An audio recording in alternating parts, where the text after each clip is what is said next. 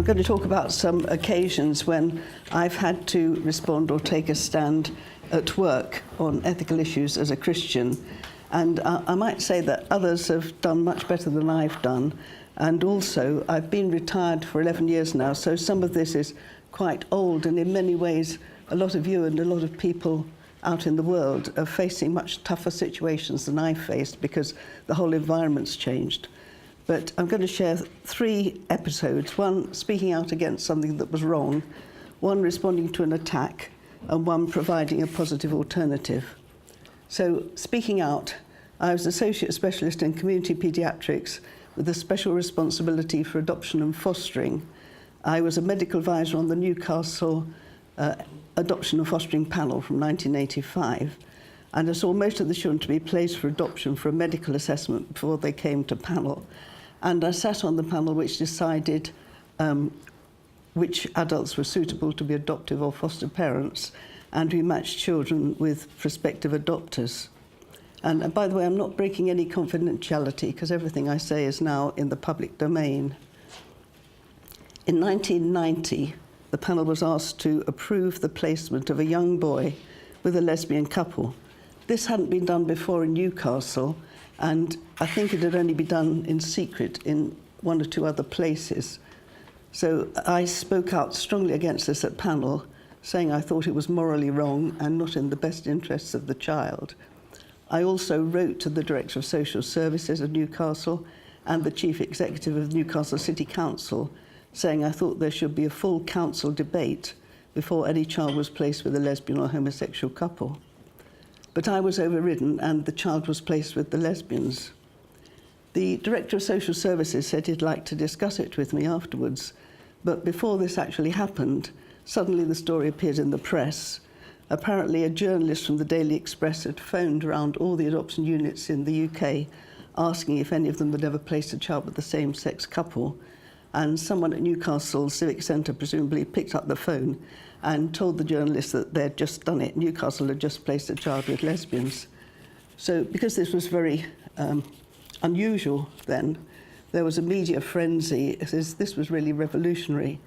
And the local paper, the Evening Chronicle, spoke to Brian Roycroft, Director of Social Services, and the Chair of the Council, and the paper reported that the boy was 10, he was severely handicapped, and the only alternative to the lesbian couple was long-term institutional care. At this point, the irate foster mother went to the press herself to say that the child was only 2, he had a mild disability, and she herself had applied to keep him, so he would not have had to spend his life in an institution. I then felt I had to go public myself to speak out.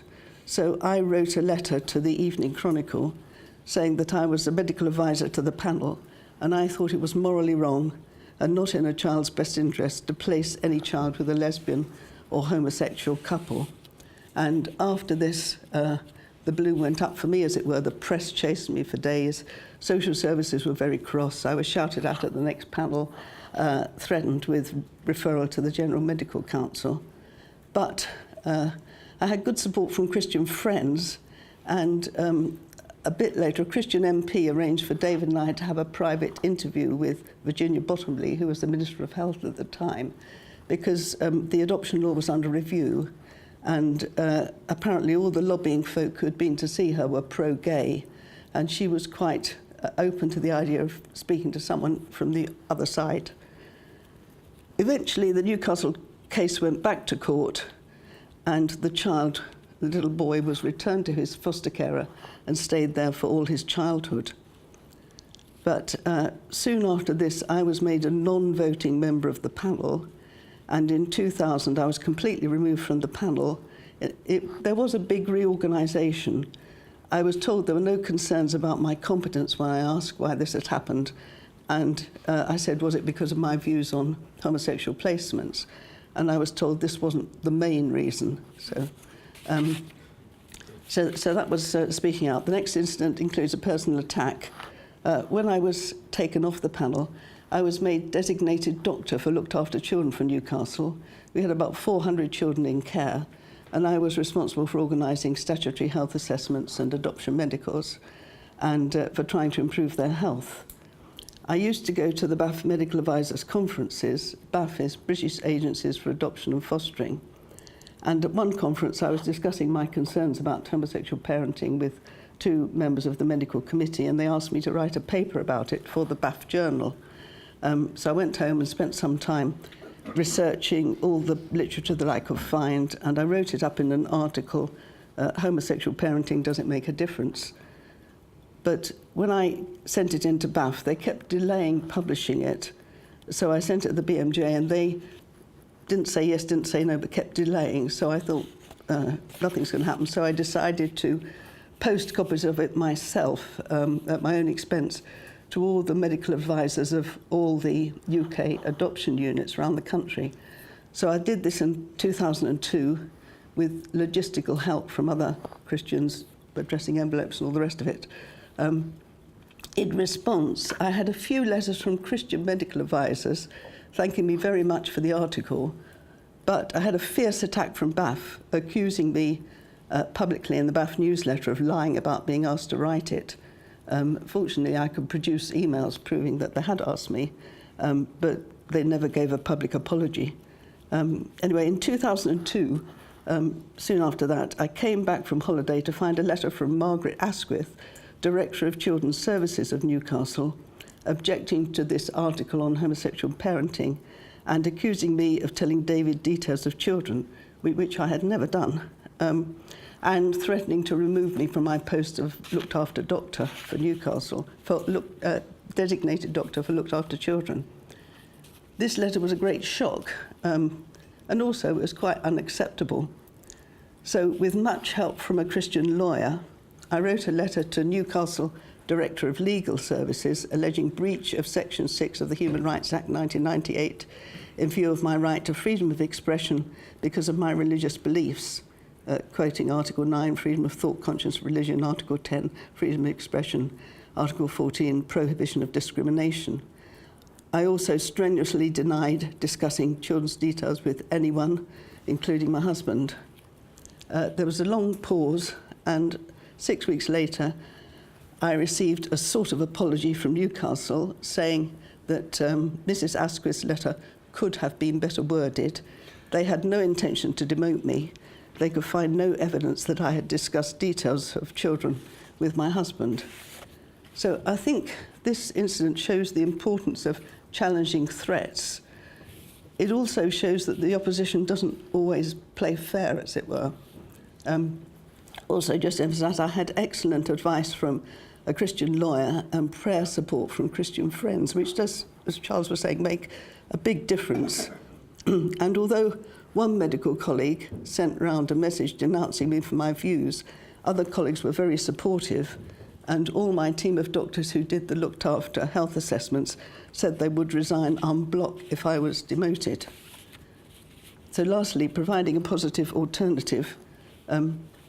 As designated doctor who looked after children, I worked closely with the designated nurse. He managed to get funding to print several health passports to give out to our looked after children. These passports were given out when the children had health assessments, and they had a lot of useful health information in them and places where they could write down about their immunisations and that sort of thing.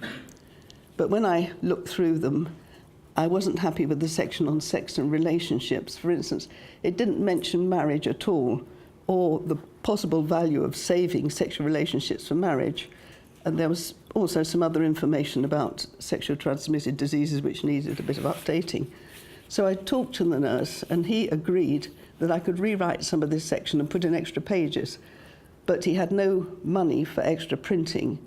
So with two other Christian doctors, we wrote the extra pages, and we managed to match the font and the cartoon style, because it's all done for teenagers mainly, and we found some suitable turquoise paper, and we printed them, and then a volunteer from church helped me to add all these to all these hundreds of passports and to replace the unwanted pages. We then had to submit the passport for approval, of course, but that was granted, which was an answer to prayer. And then these health passports were in use and given out to all the looked after children until after I retired. So it is possible sometimes to turn the tide and do something possible. But you have to be wise, and it takes time and effort. And it's very important and good that you have supportive colleagues and Christian friends who will support you as well. So I would just say, if you're going to make a stand, or be sure you believe what you say, which reinforces Charles' point. You've got to be convinced yourself what you're saying is right. You've got to get your facts straight before you speak. Try and speak first in a group to set the agenda. Be bold but polite and strategic. Get prayer support from like-minded Christians. Even if you can't tell them what the problem is, you can ask them to pray for you that you've got a difficulty at work or whatever. And be prepared for hostile attacks, sometimes even from fellow Christians. But you may be surprised that the people who support you, sometimes unlikely people, do actually support you. And just finally, opposition isn't pleasant. But in this country, we have to remember we've not yet resisted to the point of shedding blood, like Hebrews 12:4.